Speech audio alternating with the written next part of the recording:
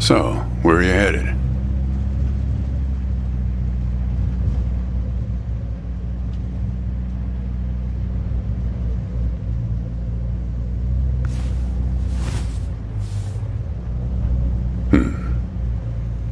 Not the talkative type, eh? That's okay. Most people I pick up are just waiting for their turn to talk. Want a raisin? They're from my farm.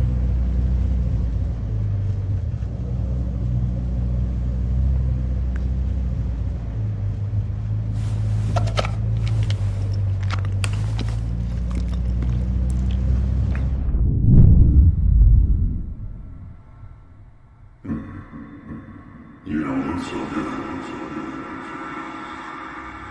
Guess those things don't agree with you yet.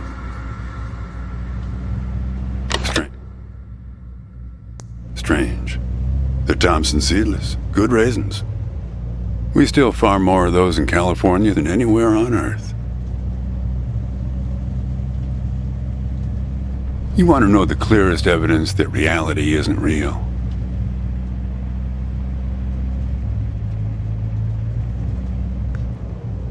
Raisins and grapes, man. They're the same thing, but they taste disgusting when eaten together. Obvious bug in the program there, right? Memory's a slippery thing. Think about when somebody asks you about this ride later, assuming you even know where you're going, and get someplace where somebody can ask you. Hey, how'd you get here anyway? They'll ask you. Oh, I hitched. And your brain will flash back for a second when you say this. And it'll show you a frozen snapshot of yourself, sitting in this car, talking to me like we are right now. But which moment will it actually show you? Will it be this one? Or this one?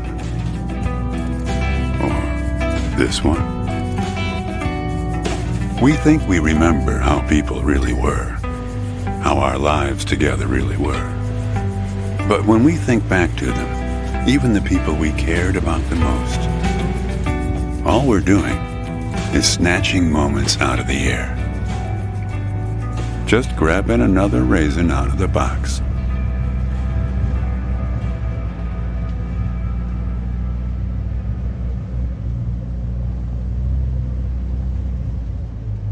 My wife. She's dead now, but you probably guessed that.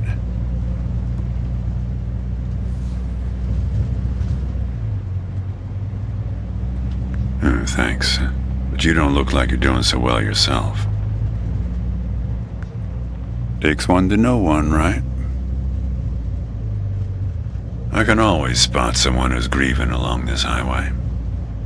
They usually stand on the road with a dazed look on their face and their thumb up in the air.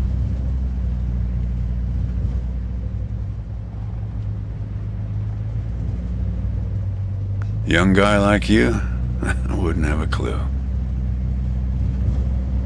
My wife, if I'm totally honest with you, I don't really remember what she looked like. Remember everything about her.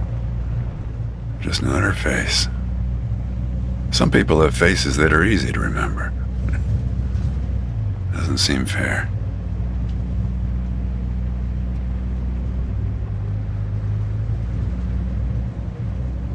Well, it's not as easy as you think. I'll give you an example. You think you're present in the moment? You've been talking to me for a few minutes now. What color are my eyes?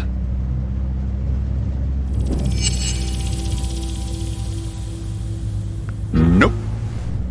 Well, like I said when I picked you up, some people are just waiting until it's their turn to talk. Hey, kid. Do me a favor and crack the window, would you?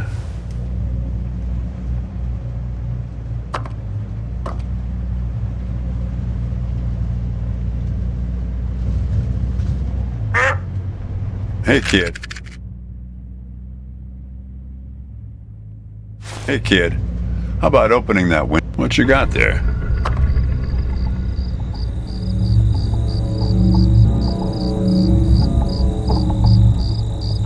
That's my number.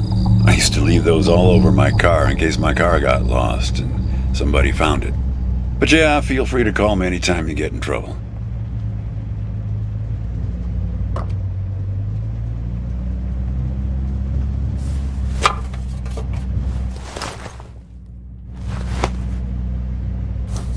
That's better. Now, where were we?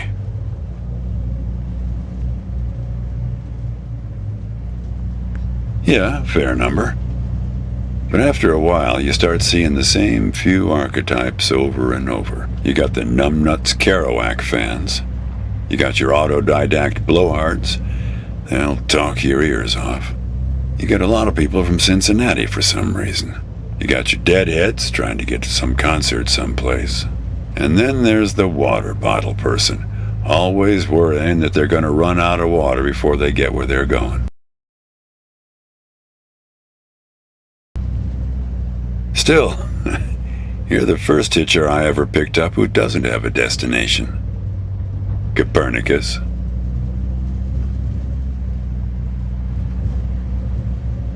Oh, is that right? I hear they're renovating the zoo this summer.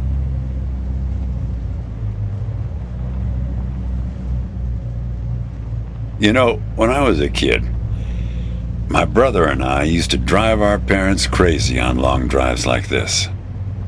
Our folks wouldn't let us listen to the radio in the car. So we used to make up these songs about food on long drives to pass the time. We had this one with about 30 verses, each about a different kind of grain. There was this one time when we passed a billboard for this new kind of bread. Balach bread. In hell they have a hell a lot of balach bread. In hell they have a hell a lot of balach bread. In hell they have a hell a lot of balach bread. In hell they have a hell a lot of balach bread. Oh yeah, that drove Mom and Dad crazy. Come on, join in. In hell they have a hell a lot of balach bread. In hell they have a hell a lot of balach bread. In hell they have a hell a lot of balach bread. In hell they have a hell a lot of balach bread.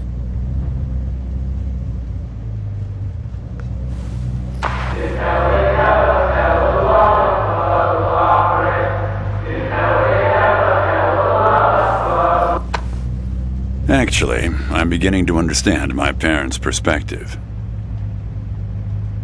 Getting older's funny. It's like reading a book where less and less happens, but the writing gets better and better. Thanks. I got it from an app. It's this app with philosophical sayings. My wife got it for me, to make me sound smarter. She had a way with words.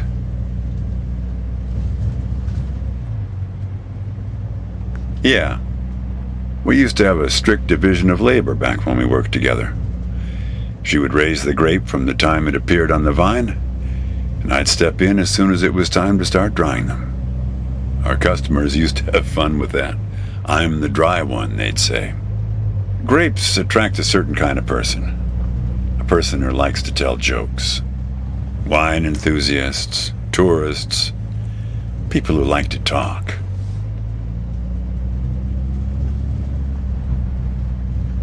There's a photo in that glove box there of us, standing in front of our trailer. It was in a magazine. One of those stories about vanishing farmers that always pulls heartstrings with the rest of the country. Well, I never opened the glove box myself. It's kind of a superstition of mine. But help yourself.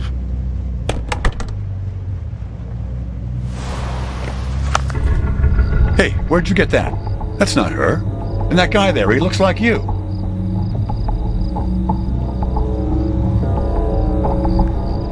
I don't know. I was going to ask you the same question, Copernicus. Who gave this to you? Well, I guess it belongs to you. You'd better hold on to it.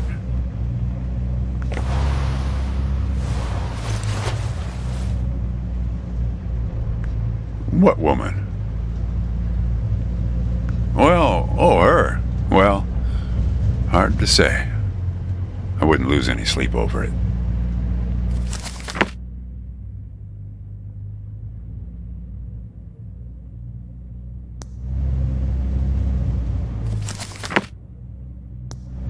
What's that black thing in the glove box anyway?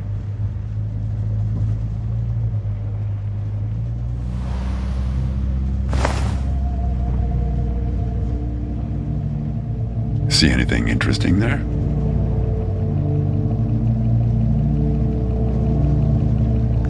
A windmill, eh?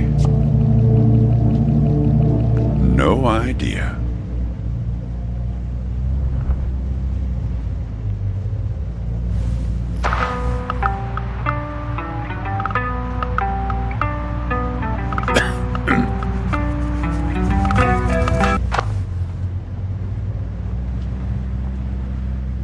Say, want to hear a joke? Why did the raisin take the prune to the dance? He couldn't get a date. Hey, that reminds me. It's almost 4:30. You'll like this. It's my favorite. I once knew the hostess, Darlene. She used to change the tires on my truck on Highway 51. Welcome to another Interstate Riddle Hour. Here's our first riddle. Keep your eyes peeled, all you blacktop carpetbaggers. I fly, yet I have no wings. I cry, yet I have no eyes. Darkness follows me. Lower light I never see.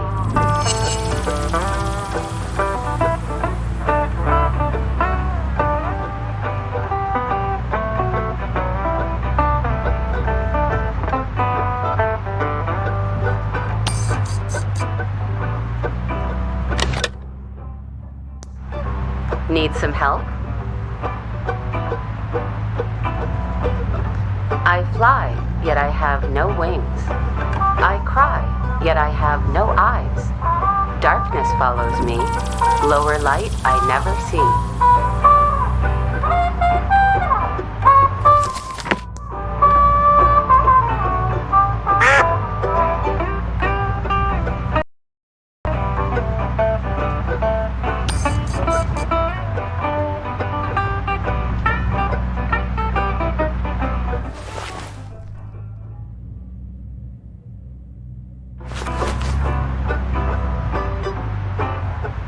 Need some help?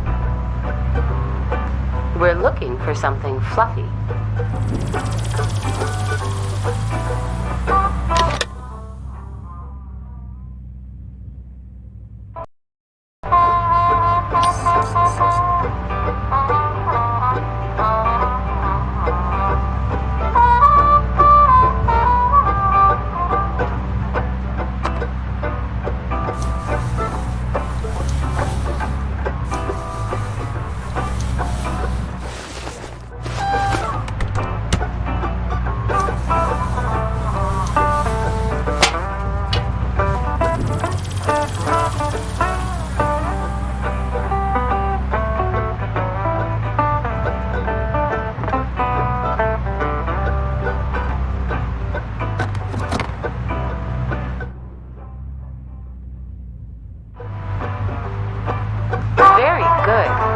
Here's our next one.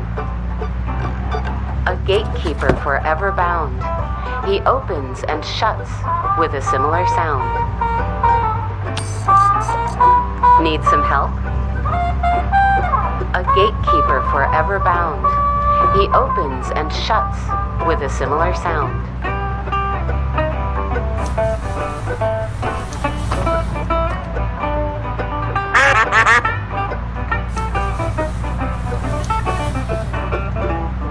Need some help? Think metal teeth that open and shut. Need some help? The answer is right between your feet.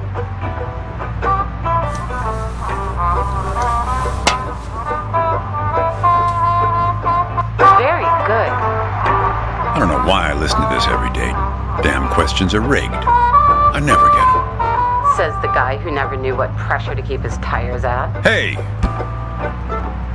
Having fun? Want to keep going? Great. Here's another one. Take one out and scratch my head. I am now black, but once was red. What am I?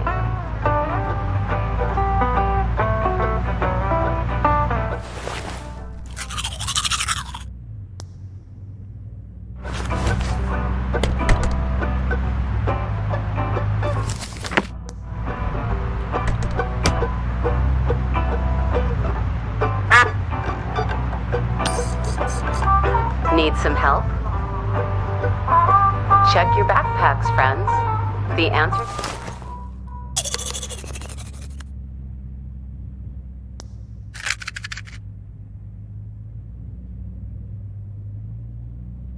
could be hiding inside. Well done. Okay, here's a tough one. I have 4 wings but cannot fly. I never laugh and never cry. On the same spot I'm always found, toiling away with little sound. What am I?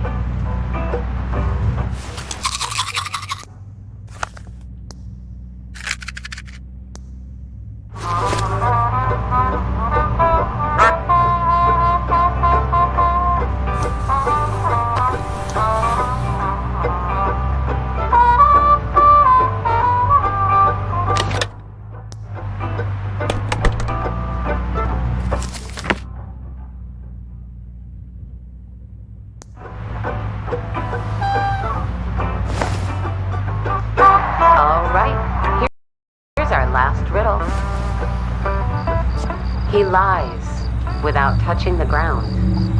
Oh, come on, Darlene.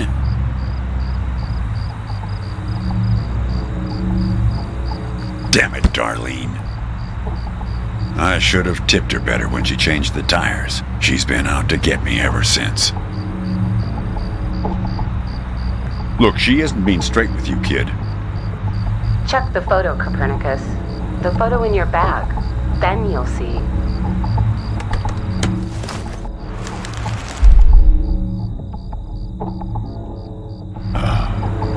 She's in trouble, Copernicus. You must help her.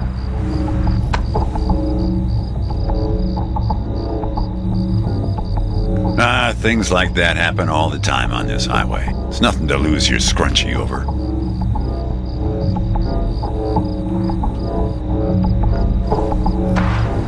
Riddle hour has now ended. I've helped you all I can this time. So long, Copernicus.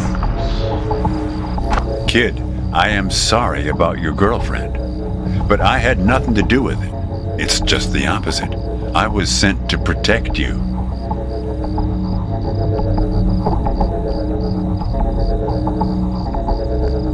From yourself. You picked this car every bit as much as I chose to stop for you. You picked this car, picked me, not to feel anything. Let's not kid ourselves. You don't seem like a guy who wants to remember. Look, I admit I lied, but only about one thing.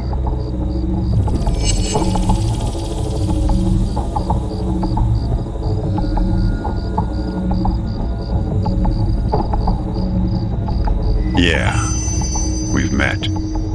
Twice, in fact. Sure. You showed up at my trailer park taking photos. At first, I was a bit suspicious, since there were plans to kick us out and develop the trailer park into some kind of shopping center. But then it became clear that you'd been sent here by a magazine to do one of those stories about vanishing farmers that always pulls heartstrings with the rest of the country.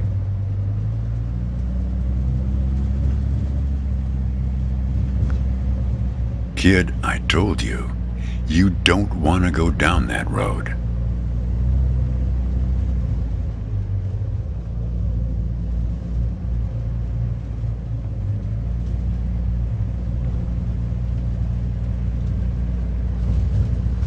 Well, what's that they say in that Tom Cruise movie? The one where he's a bartender?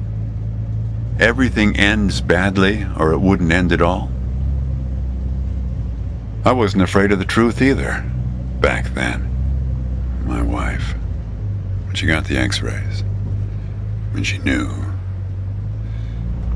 she decided to spare my feelings. Didn't tell me anything. Hid the x-rays in one place I'd never suspect, because it was so obvious. Stayed closed until today, till you came along.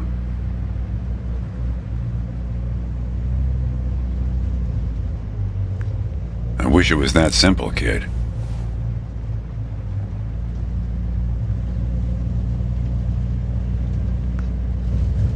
Hey, Chief. Why don't you have a look here?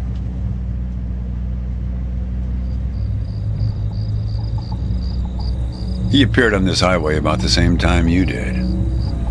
I guess he's part of what you're running from.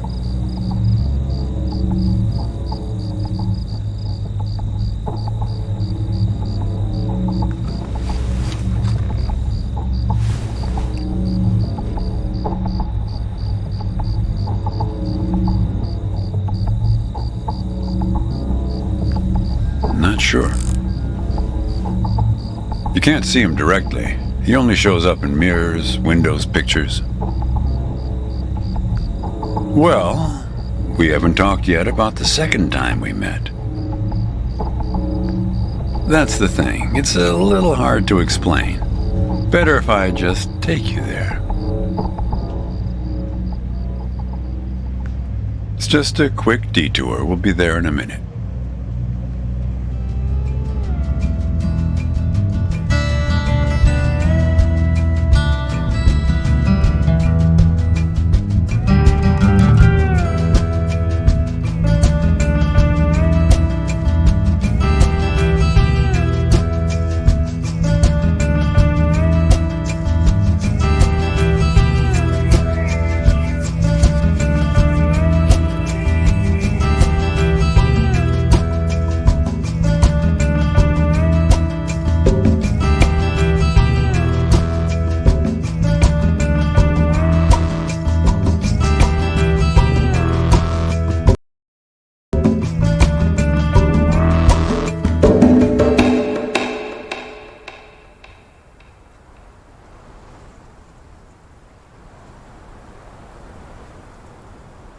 A man travels along a road until he reaches a gate at the top of a hill.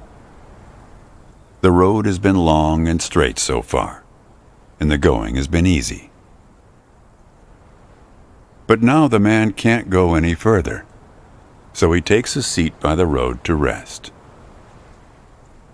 The man waits, and after a length of time that seems neither short nor long, the gate opens, and a guard appears.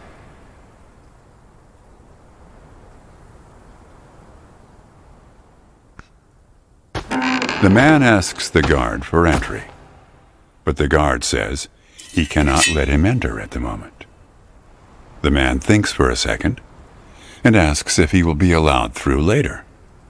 It is possible, says the guard, but not now.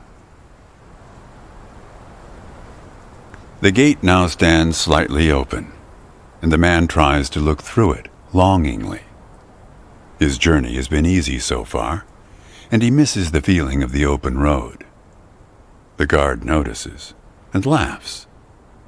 Even if you could gain entry, There are many gatekeepers after me. Some are much stronger than me, and I'm afraid to look upon them. So there the man waits, for days, months, years, waiting to enter. One day, when he's given up hope of entering, a single question occurs to him, one he has not thought of before.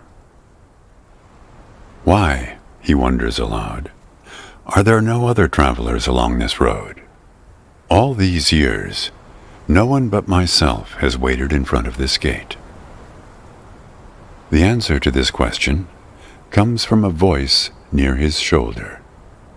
It is you who made this gate, says a bird perched nearby. So it exists for no one but you. But why? Asks the traveler. Why would I choose to stop here?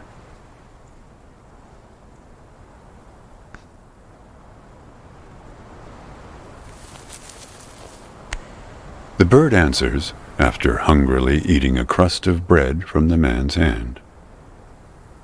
After this point, the road becomes less straight. It splinters like the tree in which I live, splitting into dozens, hundreds of branches. The path becomes impossibly narrow and frail, and crowded with the view of other paths one could have taken. There's only one point ahead on the road where all paths converge, where all points join, where the light shines through skin and through lies. But it's never been reached by one of your kind, a traveler who walks on feet.